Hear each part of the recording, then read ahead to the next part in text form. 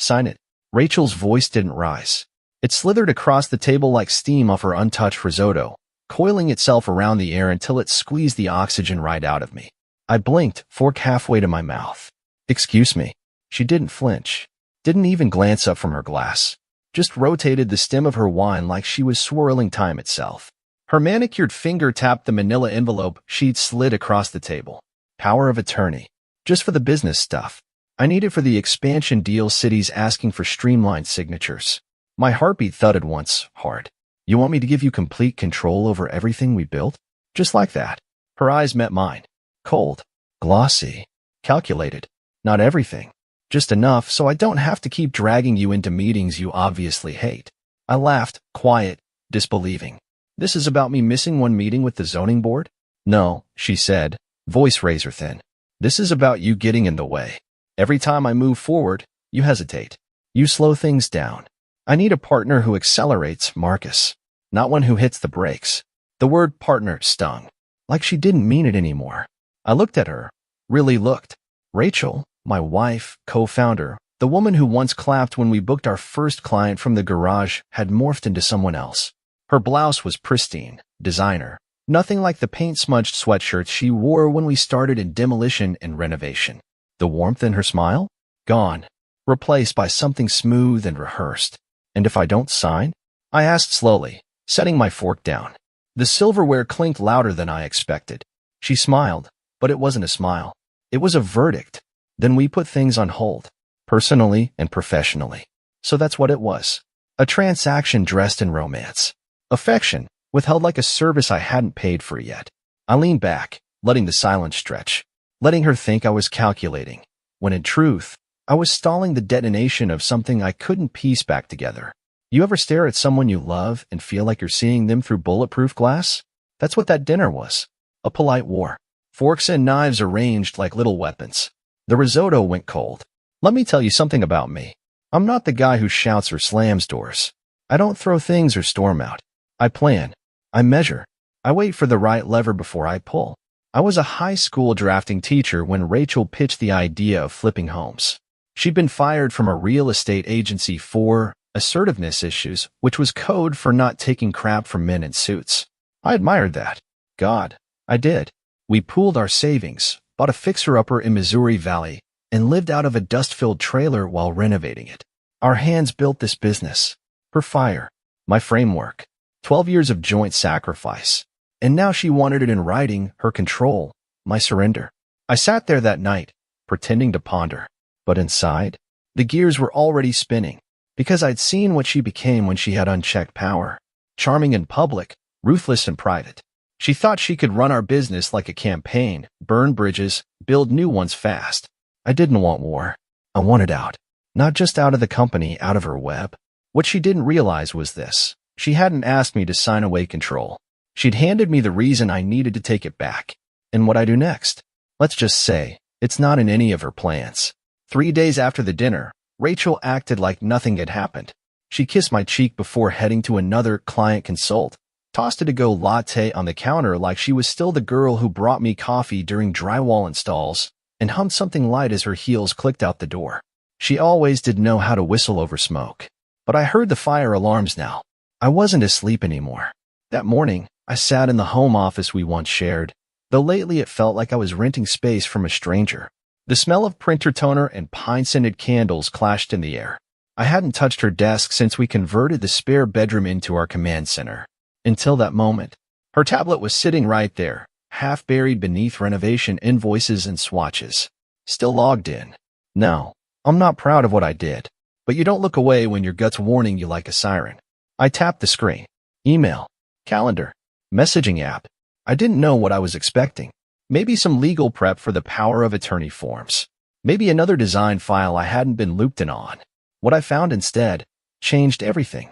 It was a conversation thread, color-coded in her favorite midnight blue. Sender, Alex C. Subject, phase-out plan. Urgent, my chest clenched as I clicked it open. Alex Carpenter, our accountant. Her go-to for contracts, tax loopholes, and apparently, betrayal. Ratch, spoke with Jax at Stonehill Bank. He's on board for your solo line of credit under the LLC split. Just need Marcus out of the way officially. If you get him to sign POA, we can reroute renovation profits directly under your name within 90 days. He won't notice if you drip the transfer slow. I'll prep false audit memos for cover. Just play nice till then.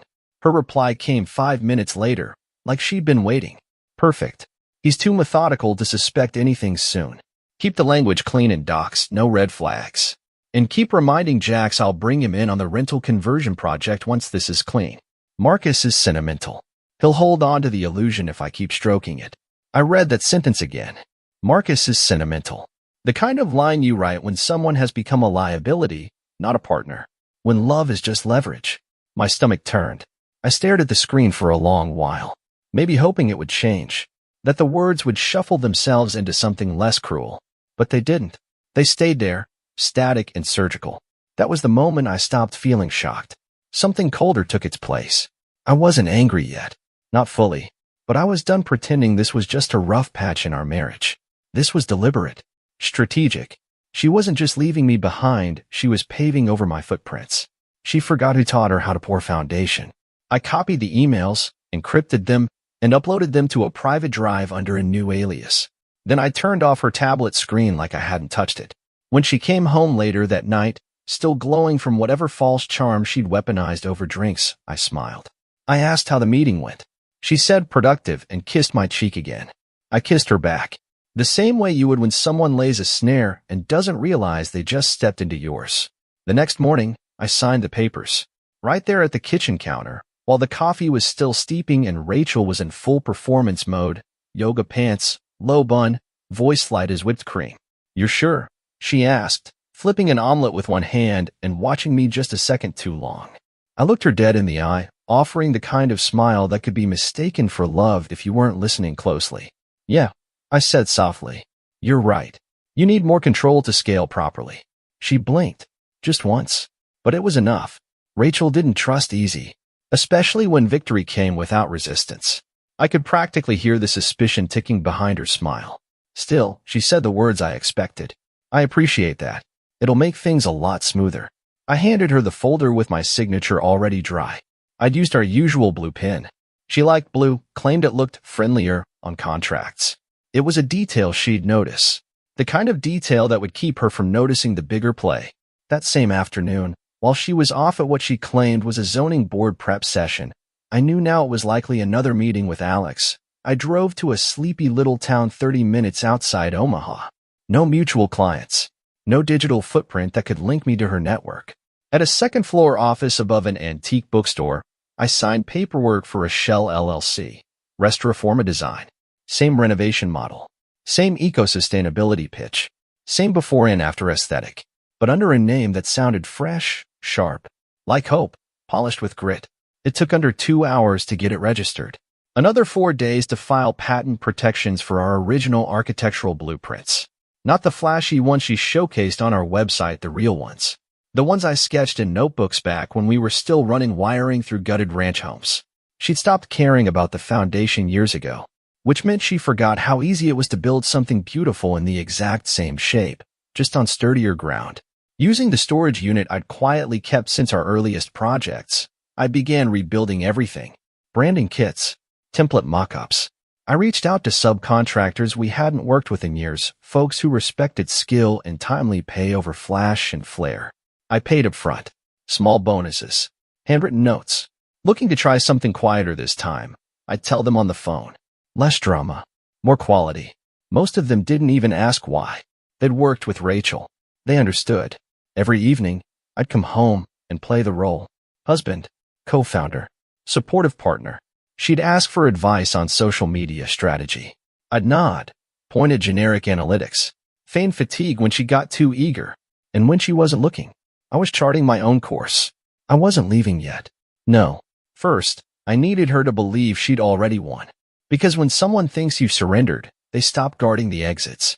They forget to check the map for a back road they didn't know you were paving. And I was paving fast. It started with a phone call Rachel brushed off like static.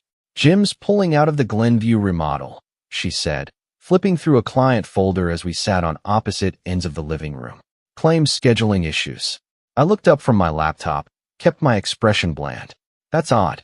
He's usually reliable." She waved it off. "He's flaky." I'll use Sosa's crew instead. But 2 days later, Sosa backed out too. No call, no warning. Just a vague email thanking her for the opportunity and saying they were overbooked. That one stung. Rachel didn't show it in her face, but I saw the way she double-checked the message, biting her bottom lip like she was searching for a clue between the lines. I stayed silent.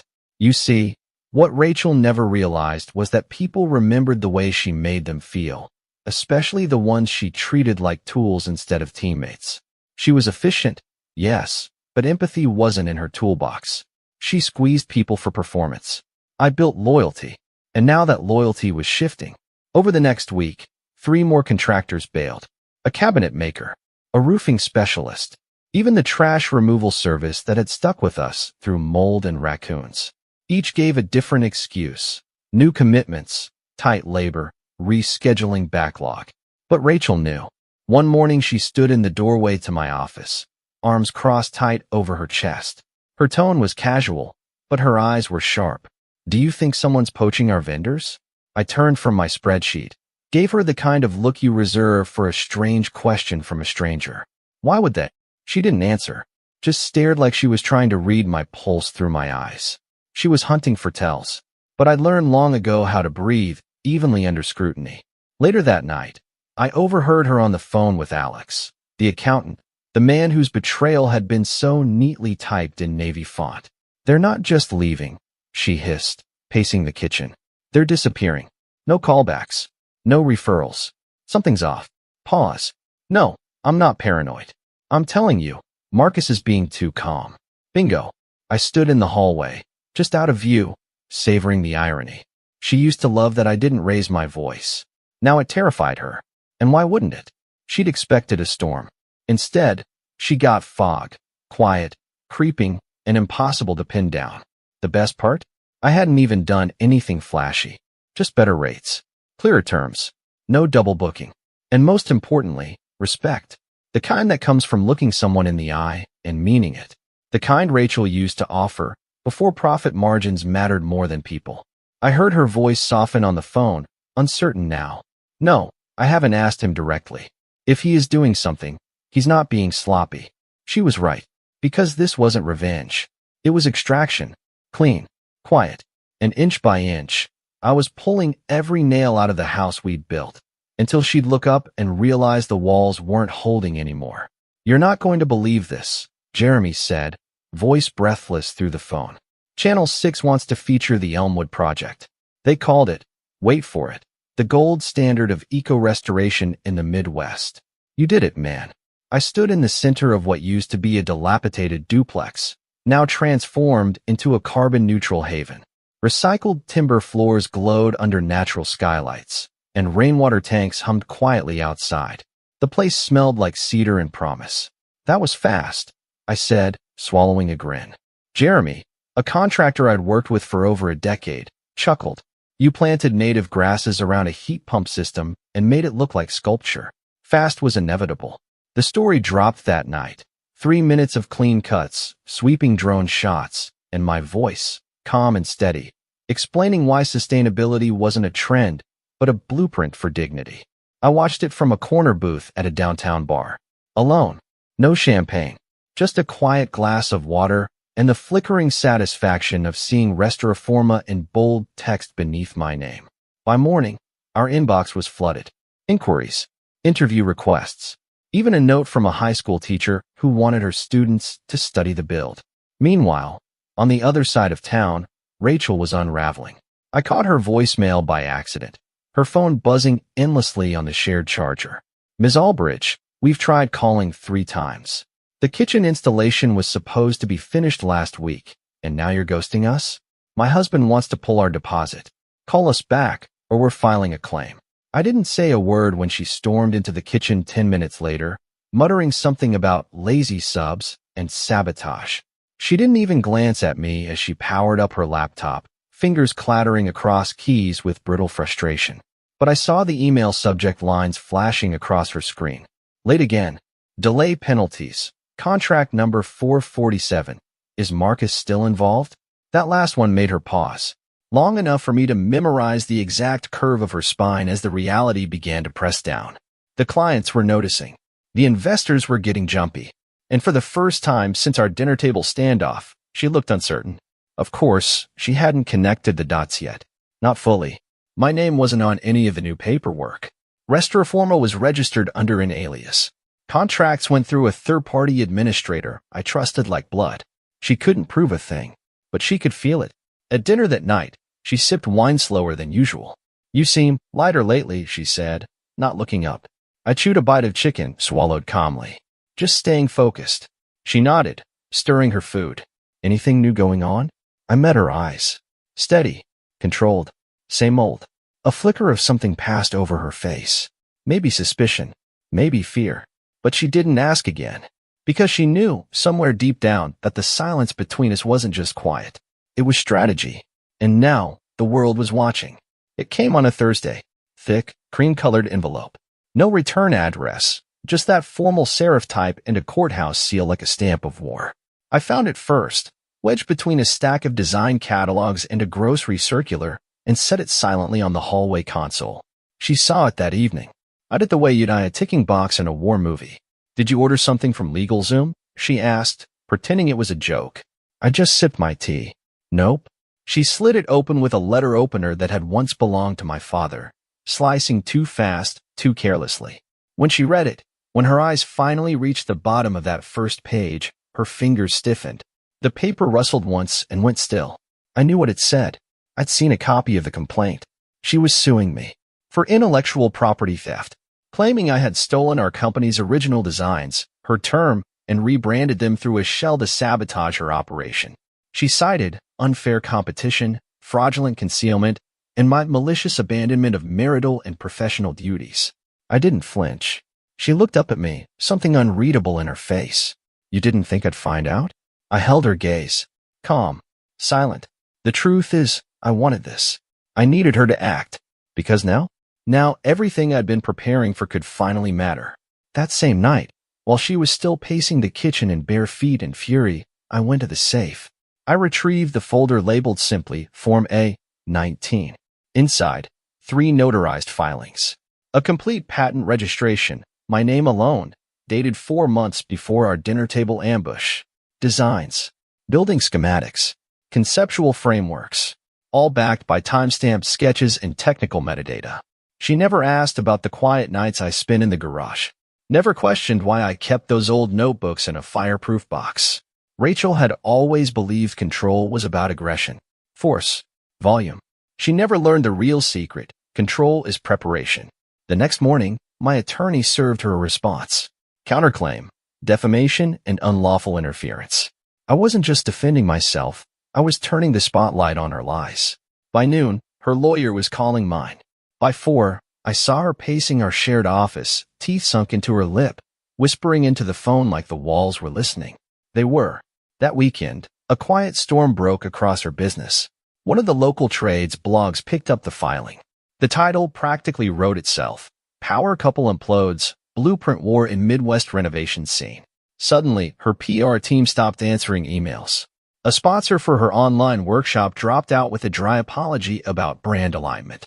Even Alex, her precious, always loyal Alex, texted her late that night. I didn't read it. I just heard the buzz of her phone and the long silence that followed. That was when it hit her. This wasn't a standoff. This was a reckoning. And I wasn't climbing out of the house she built. I was lighting my own, brick by brick, on land she didn't even know I owned. The conference room was too cold. One of those rented downtown spaces with glass walls and a view of nothing. Just the side of another building, tall, steel, and different. Rachel sat across from me, polished to perfection in a slate gray blazer and just enough makeup to mask the pressure. Her lawyer, some stiff-suited man from Lincoln, kept glancing at her like he wasn't quite sure if she was his client or a loaded trap. Me?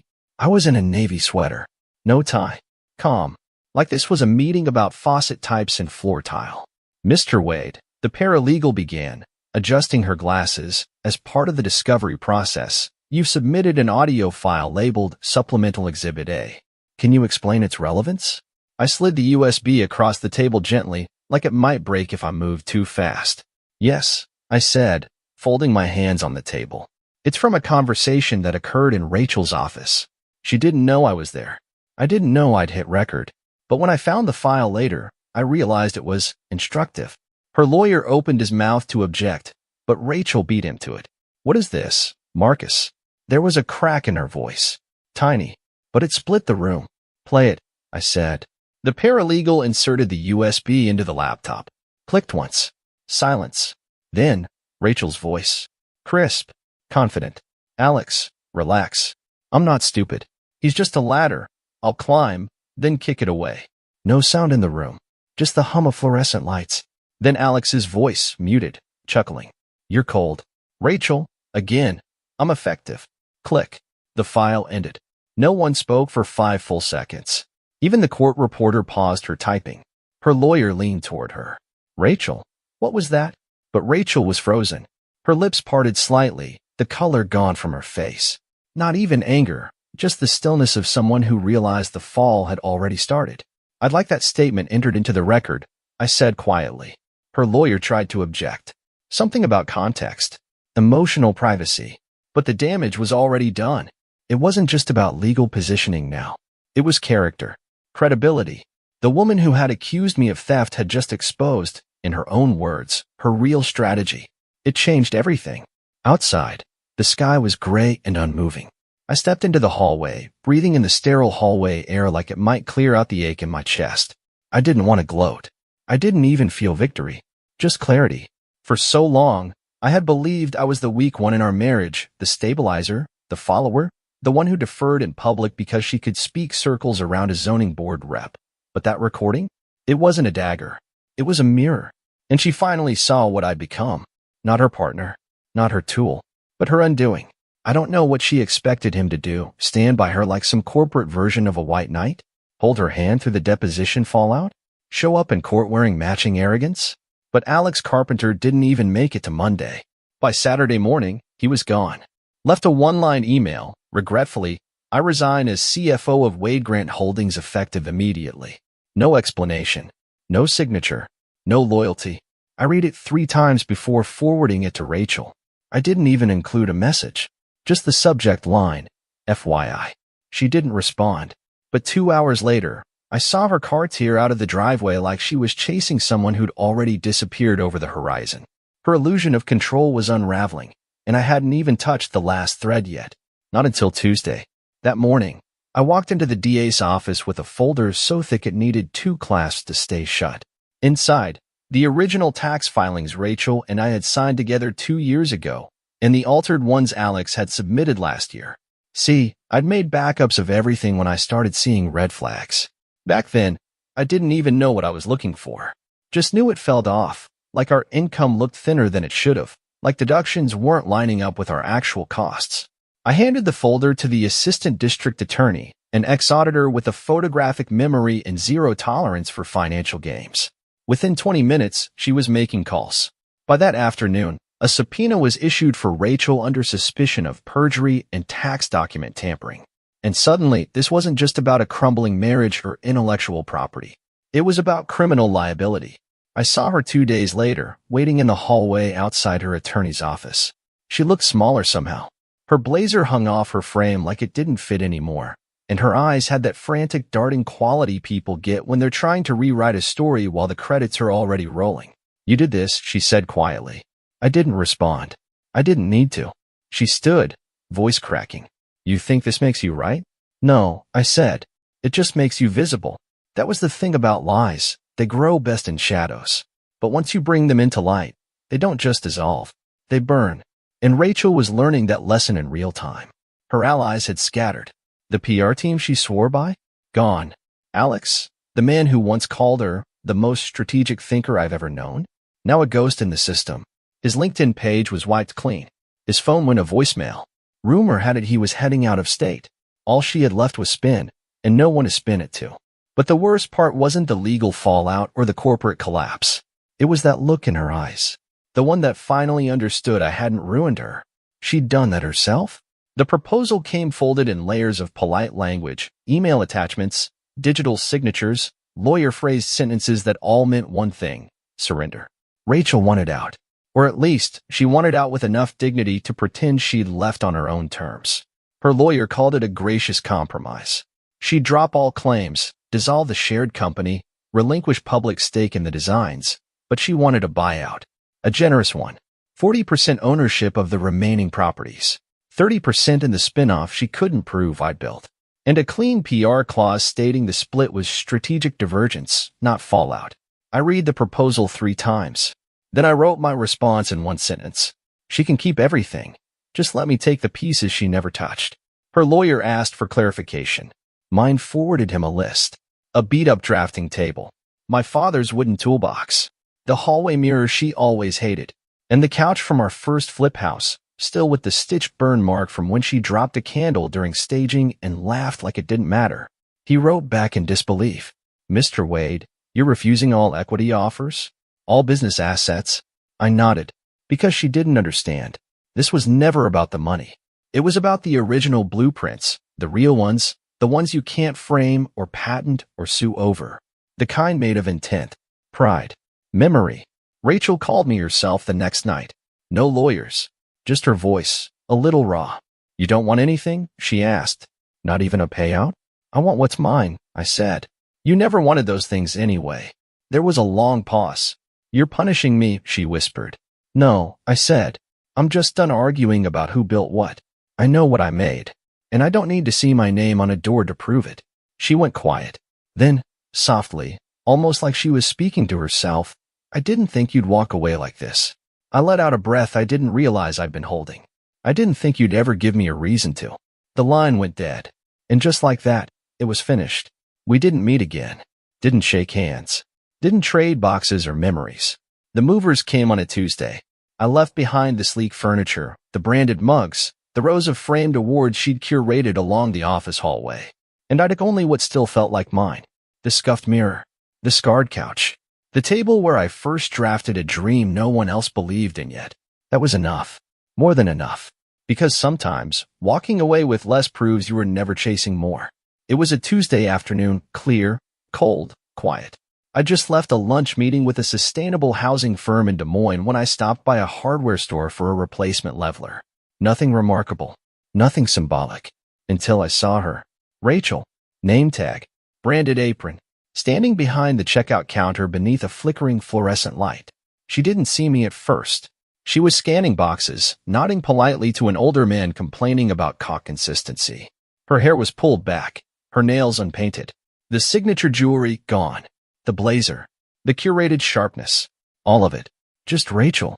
The way she probably hadn't been in years. I stood in the aisle, out of view, holding the boxed leveler like it was some sort of artifact from another life. She looked tired. Not weak, not broken, just real. No audience, no armor. And for the first time since everything detonated, I didn't feel bitter. I didn't feel triumphant. I felt still, like the past had finished folding itself neatly behind me. I left without buying the tool. Didn't speak, didn't approach, didn't need to. Because less than a week later, the trade magazine hit shelves with a headline I never would have written for myself. Built from ASH. The man redefining green construction in the Midwest, page 3, full spread. Profile photo shot in front of the Elmwood duplex, with its solar-paneled roof gleaming against a winter sky. The journalist had asked good questions. Not about the scandal. Not about Rachel. Just about what I believed in. Sometimes, I told him, you don't start over. You just start cleaner. The piece ran through my early sketches, the viral build, my new mentorship program for tradespeople burned by bad partnerships. My inbox flooded again, this time not with pity or gossip, but gratitude. Young architects, veteran contractors, people who'd been taken for granted. They didn't see me as the man who lost a company. They saw me as the man who learned how to build again, this time with fireproof hands. I found a copy of the magazine at a small bookstore in Lincoln, tucked 2 into my bag, handed 1 to Jeremy the next day at lunch. He nodded as he flipped through it, pausing at the headline. She ever see it? He asked. I shrugged. Maybe. But it didn't matter. Because the truth wasn't just printed. It was lived. In every client who chose Restaurforma. In every foundation we laid with precision, not pride. In every room that held light and air and second chances. And maybe somewhere, on her break between shifts, she turned a page and saw my face. Not the one she tried to erase, but the one she never understood in the first place. The one she thought she could climb and discard. Only now, I wasn't a ladder anymore. I was the ground itself. She showed up late on a Thursday. Not during business hours. Not when the team was buzzing and the phones ringing. No, she came just past 7, when the halls were quiet, when I was the only one left tidying up notes from the day's final consultation. I heard the knock before I saw the silhouette. Rachel, framed in the frosted glass of my office door, like some long-forgotten memory that hadn't realized it no longer belonged. I didn't answer right away. I just sat there for a second, pen resting on my notepad, heart still as a stone in water. Then I stood, walked slowly to the door, and opened it halfway. She looked older, not in years, but in spirit. Her posture no longer carried that poised certainty, that tension of someone playing chess with invisible pieces.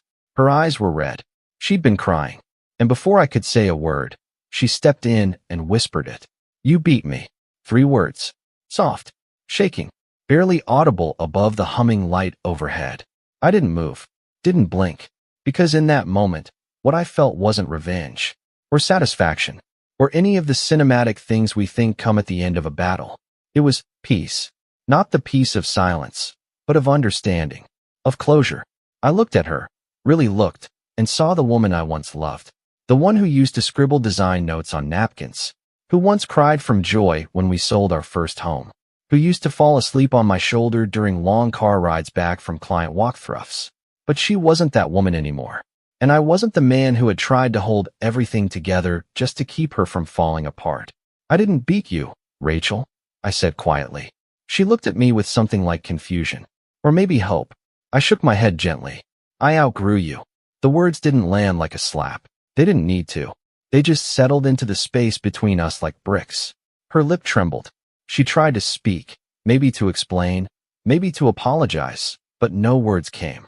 Tears welled in her eyes, and this time, she didn't try to hold them back. They slid down silently as she stood there, the air thick with everything we never said, everything too late to matter. I stepped back, reached for the door. She looked up suddenly, as if she'd just realized what was happening. But I gave her one last nod, not of anger, not of pity, just goodbye. Then I closed the door slowly, gently, and when the latch clicked into place, something inside me did too. Not hard, not cold, just done. I stood there for a long moment, staring at the handle, listening as her footsteps faded down the hall, as the building settled again into stillness. And that was it. No grand finale, no thunderclap, just the quiet close of something that had once meant everything, and now meant nothing at all.